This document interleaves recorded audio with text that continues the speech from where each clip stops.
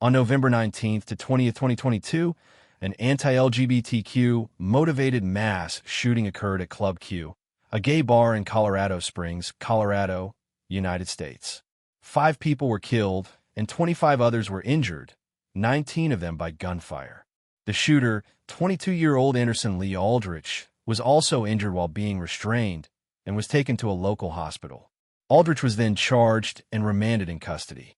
On June 26, 2023, Aldrich pleaded guilty to the shooting and state-level charges and was officially sentenced to a total of 5 consecutive life terms plus an additional consecutive 2,211 years, all without the possibility of parole.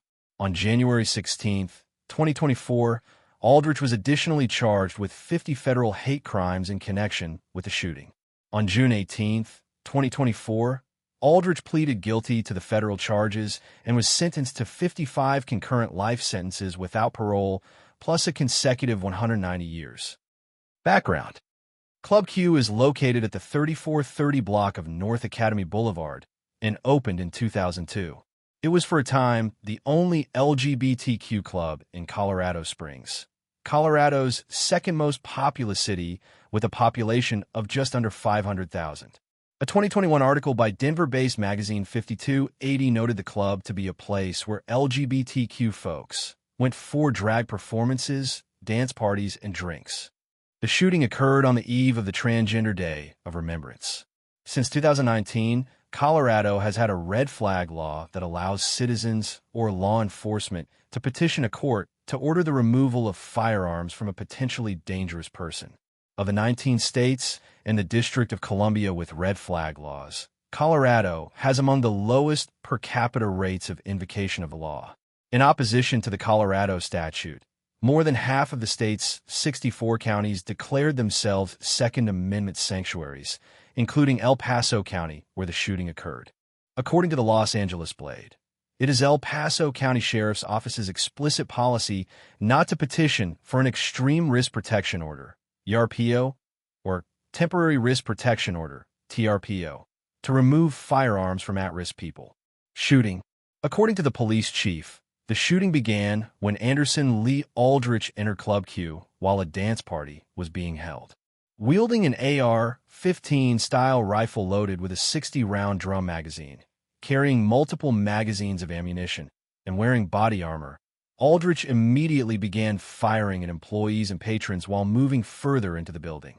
Aldrich entered the building, turned, and shot 2 people in the ticket booth. The surviving victim, who was the door girl, was protected by Daniel Aston, who used his body to cover his co-worker. Aldrich rushed to the bar area and opened fire on several victims there, including Kelly Loving, Raymond Green Vance, and Ashley Paw. Aldrich walked down the ramp to the dance floor and shot more victims before going up the stairs towards the patio. Aldrich opened fire through the patio door and fatally shot Derek Rump. At this point, Aldrich's rifle was empty and Aldrich began to reload the weapon. Many survivors at first mistook the gunfire for being a part of the music, until the shots continued and the occupants saw the muzzle flashes. Multiple people sheltered behind the bar and in dressing rooms, while others stayed low to the ground. 38 seconds after the shooting started, a U.S. Navy petty officer who was trapped in the patio, Thomas James, rushed towards the shooter and grabbed the barrel of their rifle. He struggled with the shooter for the rifle before Aldrich pulled out a handgun and shot James twice in the torso. A club patron, identified as U.S. Army veteran Richard M. Fierro, charged across the room and joined to help James. Aldrich pointed the handgun at Fierro, but was unable to fire the gun due to the magazine falling out during the struggle. Fierro then grabbed the handgun from the shooter's hand and used it to hit the shooter repeatedly in the head. Fierro and James continued to fight the shooter. During this time, James successfully grabbed the rifle and slid it across the floor. A transgender woman, Dree Norman, came out of hiding and joined Fierro and James in subduing Aldrich. She stomped on the shooter's head repeatedly in order to keep them down. Fierro estimated the shooter's weight at 300 pounds, 140 kilograms. Police received an initial call for service regarding the shooting at 11:56 p.m. on November 19th, with the first officer being dispatched a minute later. A total of 39 patrol officers from all 4 divisions of the Colorado Springs Police Department, along with 34 firefighters and 11 ambulances, responded to the scene. The suspect was in custody within about 5 minutes after the first 911 call. After the shooting stopped, many were at first reluctant to leave their hiding spots as they were unsure if the shooter was reloading or had been stopped. Fierro, who had been covered in blood, was placed in police custody in a squad car for over an hour before he was cleared of suspicion and released. The injured were transported to 3 hospitals, 7 to Penrose Hospital, 10 to Memorial Hospital Central, and 2 to Memorial Hospital North. Some ambulances, with most of them AMR, had to transport up to 3 patients at a time, and a few police cruisers had to transport victims as well. Victims: 5 people were killed, and 25 others were injured in the shooting, of whom 19 were by gunfire. One of the deceased victims, Daniel Aston, was a bar supervisor and a frequent performer at the nightclub. Another fatality, Raymond Vance, was the boyfriend of Fierro's daughter. During the press conference, the chief of the Colorado Springs Police Department made a point to say the department respected all community members and that they would be identifying the deceased by the names they and their loved ones used. He then read the names of the deceased victims and included their pronouns. Aftermath: a vigil was held on November 20th with standing room only at the All Souls Unitarian Church, which was also attended by several members of the City Council. Additional memorials and events were held throughout the week, which promoted spaces for people to gather and donate. Donation drives were set up shortly after the shooting from both local organizations and GoFundMe fundraisers for the victims and their families. On November 24th, Colorado Springs Evangelical Ministry Focus on the Family was targeted with a graffiti message reading, "Their blood is on your hands. 5 lives taken." Perpetrator: the shooter was identified as Anderson Lee Aldrich, a then 22-year-old resident of Colorado Springs. Aldrich was born as Nicholas Franklin Brink on May 20th, 2000, in San Diego, California, to Aaron Brink, a former pornographic film actor and mixed martial arts fighter, and Laura Vopel, the daughter of Randy Vopel, a Republican former member of the California State Assembly. Vopel and Brink separated and divorced 1 year after Aldrich's birth, while Vopel went on to receive custody over Aldrich.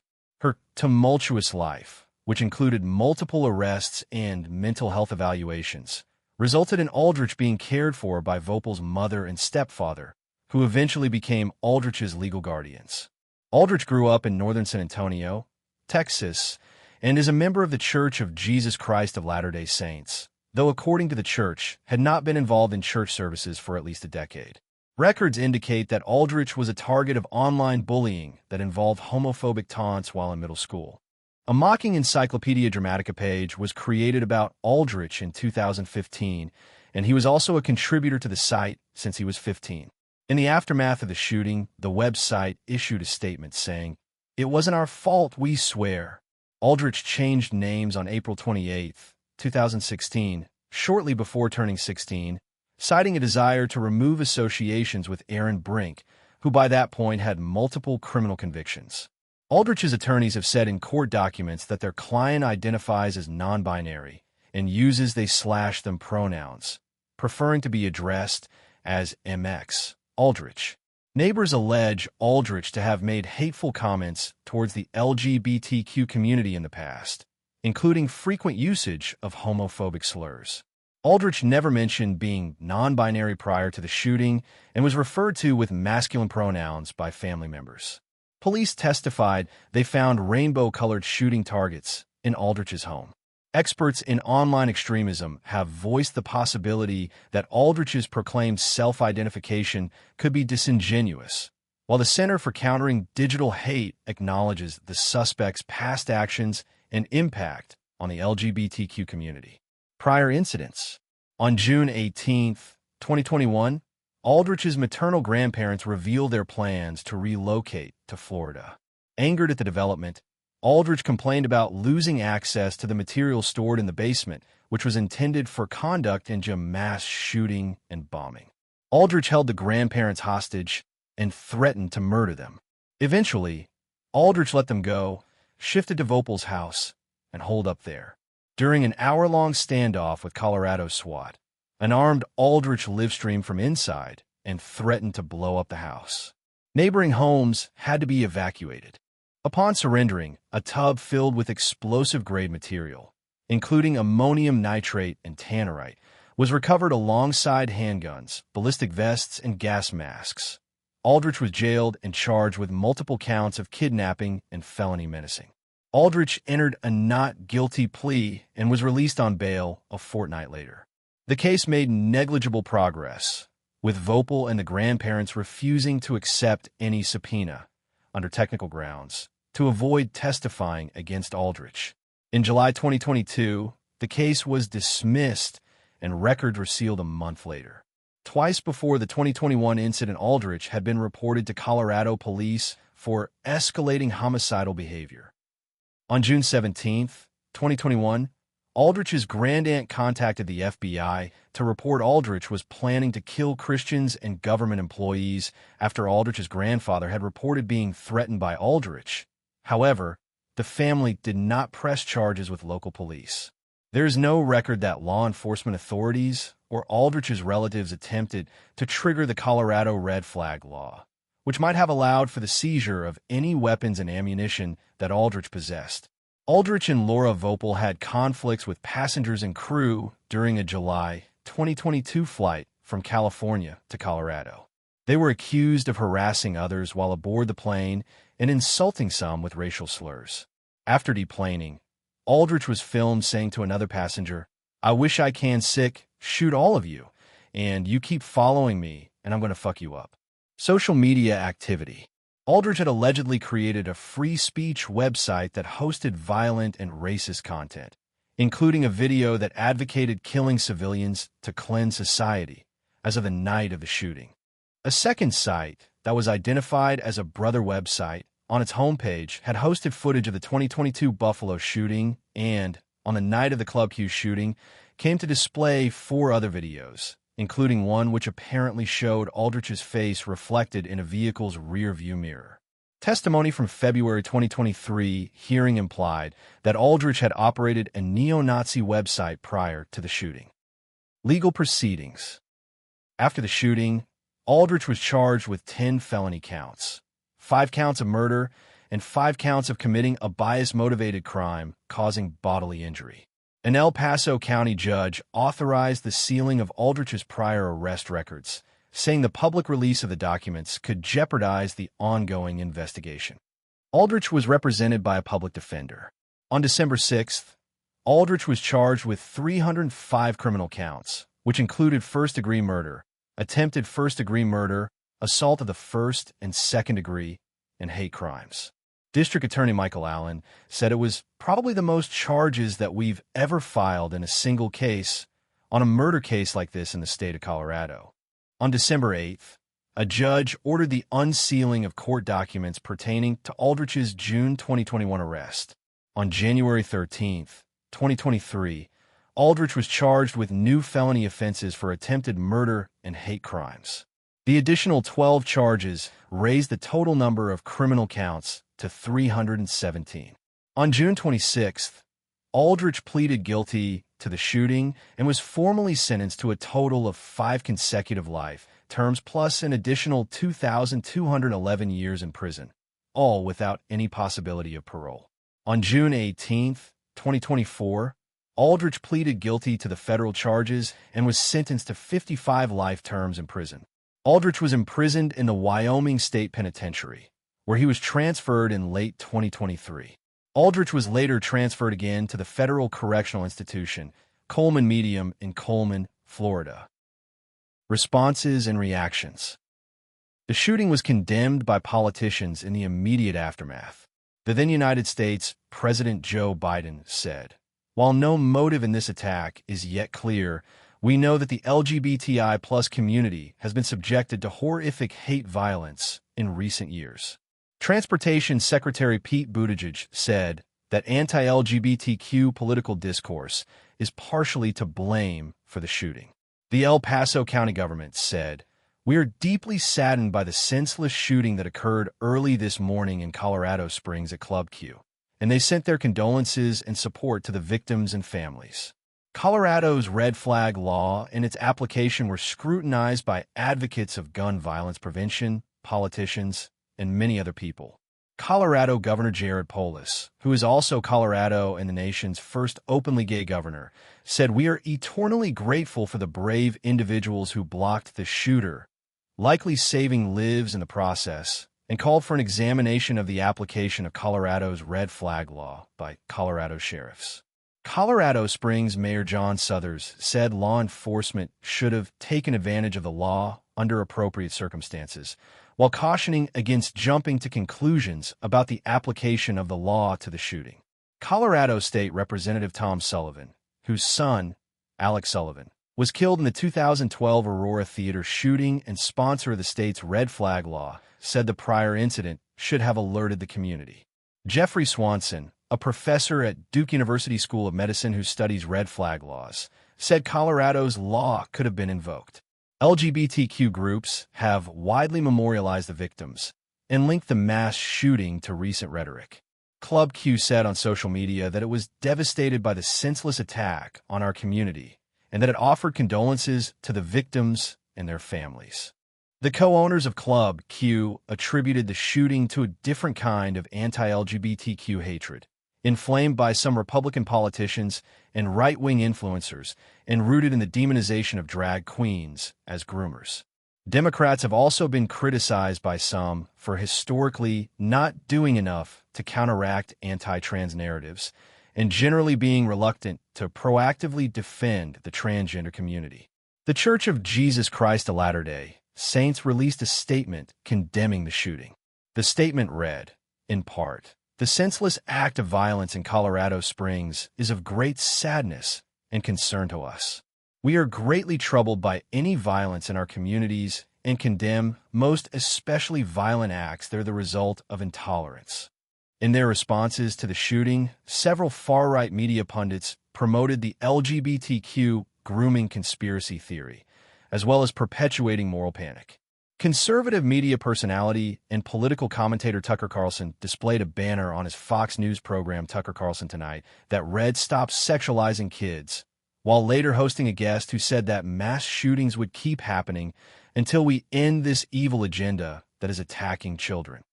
YouTube political commentator and podcast host Tim Pool responded by criticizing the venue's drag show performances, saying, "We shouldn't tolerate pedophiles grooming kids." Club Q had a grooming event, while other right-wing and conservative political commentators such as Matt Walsh, Candace Owens, Chaya Reichik, and Representative Marjorie Taylor Greene all continued to publish content targeting LGBTQ people, some of which focused specifically on the Colorado area. After issuing a statement in which she offered her prayers to those affected by the shooting and called for the lawless violence to end, Representative Lauren Boebert, Republican Colorado, was accused of hypocrisy based on her history of anti-LGBTQ rhetoric. Her past comments have included false grooming narratives and the litter boxes in schools hoax. She has been criticized for blocking gun control laws. Jenna Ellis, a former lawyer for Donald Trump, was criticized for saying that the 5 people killed during the shooting were now reaping the consequences of eternal damnation because she claimed that there was no evidence the victims were Christian. Far-right provocateurs, including Jack Posobiec, questioned Richard Fierro's presence at the drag show, while others on the far right called Fierro a groomer and a faggot simply because he and his family were at Club Q. Analysis published by the Institute for Strategic Dialogue has estimated that online usage of the terms pedophile and groomer increased sharply in the days following the shooting, as part of far-right and neo-Nazi celebration of and apologia for the mass shooting. The Department of Homeland Security also reported in a bulletin published on November 30th that online extremists praised the actions of the shooter. A significant rise in homophobic and transphobic posts following the shooting have been tracked by LGBTQ advocates both in far-right forums, such as Gab, and even in more mainstream social media platforms, such as Twitter, Facebook, and YouTube. On December 14th, 2022, several survivors of the mass shooting presented their testimony to the United States House Committee on Oversight and Reform. The witnesses placed blame for the attack on hateful rhetoric, calling it the direct cause of the shooting, and also warned of the dangers of hate speech, saying that it is damaging even in the absence of explicit calls for violence. At the hearing, Club Q owner Matthew Haynes pushed back at Republican politicians, saying, "I know that we, our Club Q community, are in the thoughts and prayers of so many of you. Unfortunately, these thoughts and prayers alone are not saving lives. They're not changing the rhetoric of hate." Haynes also read aloud examples from some of the hundreds of the hateful messages received following the shooting, including one that said the shooter was doing God's work. Survivor James Law said that LGBTQ issues should not be politicized and urged respect for basic human rights. Outside of these spaces, we are continually being dehumanized, marginalized, and targeted.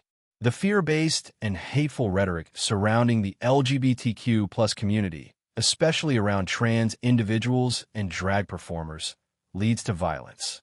What do you guys think about this story? Leave a comment down below. Also, like, share, and subscribe to the channel. See you in the next video.